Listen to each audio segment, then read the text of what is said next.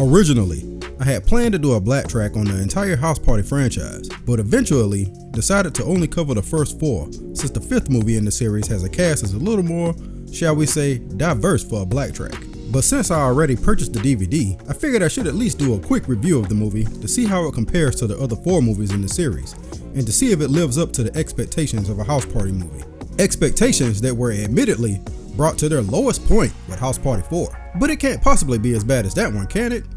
Well, House Party 5, which is actually titled House Party Tonight's the Night, supposedly takes place years after House Party 3, ignoring all of House Party 4. But other than a short synopsis that I found online and a very short scene during the credits, there's not much in the actual movie to support this.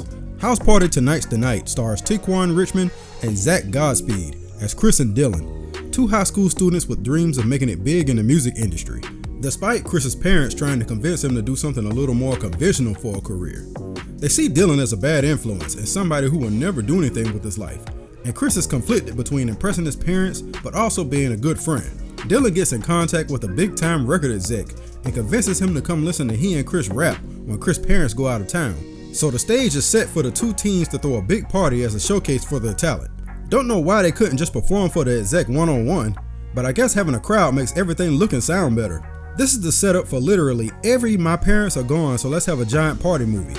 And House Party Tonight's the Night does nothing different to change things.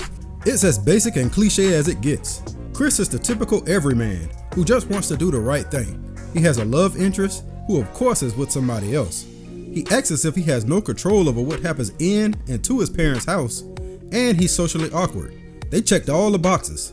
His friend Dylan is the comedy relief, but the jokes really don't land at all, and many of them are super cringe.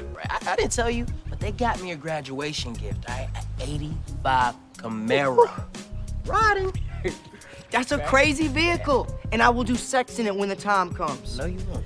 The word cringe pretty much sums up this entire movie.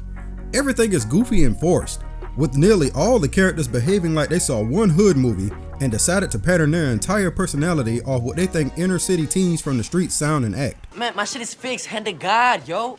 Plus, I thought you said these players was looking for something old school. I know hard cap, disco, electro, crypto bullshit. Only problem is, just like in real life, when people try to be someone they aren't, it stands out. No matter how hard you try, everybody knows you're from the suburbs. This is basically gentrified House Party for a new audience. Gone is the hip-hop influence that made the first 3 house parties what they were, and what we get instead is You Got Served and Step Up to the Street type dance routines and music. This was in the middle of the dubstep era of 2013, so nearly all of the music is some kind of dubstep, reggaeton, or techno-inspired rap.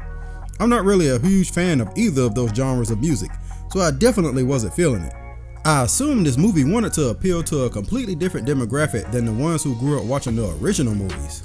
They try to do some things similar to House Party 1 and 2, like having a dance-off between the men and the women, but it just can't compare to the Kid and Play versus Sydney and Shireen dance-off from the first movie. Those You Got Served dance routines are just corny to me. There's a few decent aspects of the movie. It doesn't look cheap, which is a welcome change after the previous movie, and even if I'm not a fan of the music is way better than the previous movie. Also, Chris's father has a few funny lines. He's played by Gary Anthony Williams, but unfortunately, he's hardly in it. They even throw in an homage to the original movie with the car Dylan drives. For everything good you could say about it though, there's about 3 other things that are bad. All of the archetypes and the stereotypes are here. You get a jock bully, a weird kid, a drunk guy, even the fat girl who everybody shuns just because she's fat. They even call her precocious, because they can't just call her precious without getting sued. The definition of the word doesn't even make sense for the character. I'm gonna go ahead and talk about the ending of the movie. So if you wanted to actually watch this for yourself and didn't want the ending spoiled, you could have stopped the video right here and skipped straight to the grade. Cool? Alright then. So naturally, the house gets trashed after the party. Not Project X trash, but it's pretty bad. The upstairs toilet falls through the ceiling, several windows get broken, and the place is all scuffed up.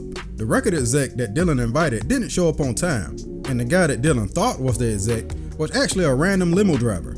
Dylan Deus Ex Machina the hell out of this situation by finding in less than 2 hours notice, I gotta fix the ceiling, the toilet, the windows, the floors, and replace the vintage alcohol that was drank at the party. I mean, get the hell out of here.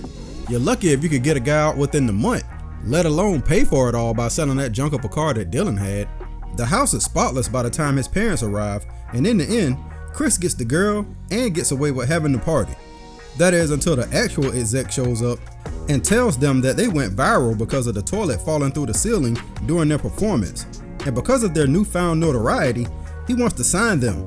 I mean, okay, I guess the rap was trash, but you know, these days, it's how much you influence people that's far more important. His parents find out about the video, and he doesn't get punished because how can they really be mad at the craftsmanship? It's like they got a brand new house. They get their record deal, and during the end credits, they get to meet their new producers, who just so happen to be Kid and Play. The movie implies that Kid and Play made it big after House Party 3, and are living the dream that they worked for since high school themselves. I really wish it was more Kid and Play in this movie. And they kind of bait and switch people by putting them all over the marketing and luring you in to watch You Got Served 3. This movie wasn't terrible, and not nearly as bad as House Party 4. It's just by the numbers. The jokes are corny, and the dancing and the music just isn't my taste. It's not what I look for when I want to watch a house party movie, and I think the franchise has lost what it wants its audience to be at this point. I've been seeing news about a new house party movie being in production that looks to be taking things back to its roots and rebooting the series to be more like the original movie, but we'll see. As far as this movie goes, my grade for House Party Tonight's the Night is a D-. It's marginally better than the fourth movie, but still fails to live up to the expectations of its name. Did you watch House Party Tonight's the Night? Tell me how you feel about it in the comments below. And don't forget to like, share, subscribe, and turn on notifications. And until next time, I'll holler at you.